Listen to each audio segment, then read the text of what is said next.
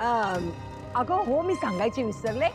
Election झाल्यानंतर एक मोठी पार्टी द्यायचं मी मनात ठरवलेलं आहे.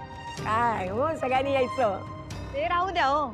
आम्ही एवढ्या लांबून परगावाहून नाचून बघायला आलोय. हो ना, तेच आमचं मागणं आहे असं समजा. काय ग? हो हो ना हो ना, हो हो, तेच आमचं मागणं आहे.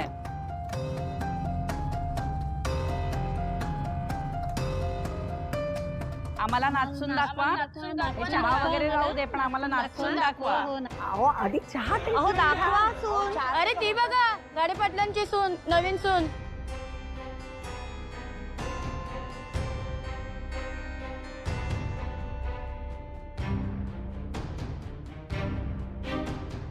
बघितलंच ना रेणुका, कशी आली ही अवलक्षणा. एक संधी सोडत नाही बघ आपली इज्जत धुळीला मिळवायची. काय सूनबाई, ती अशी काय नेसलीस? हं? अंगावरती दागिने नाही, जरी काठाची साडी पण नेसली नाहीस. हं?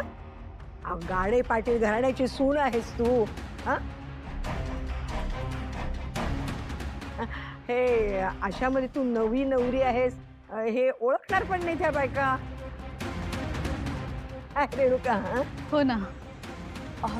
मी ऑफिसला निघाली आहे आणि जरीच्या साड्या दागिने घालून मी ऑफिसला नाही जाऊ शकत.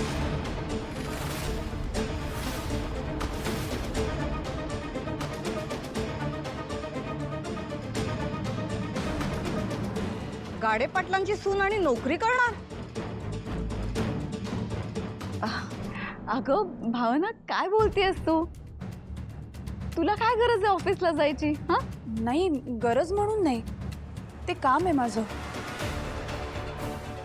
मी लग्नापुरतीच सुट्टी घेतली होती, त्यामुळे आता ऑफिसला निघाली. अगं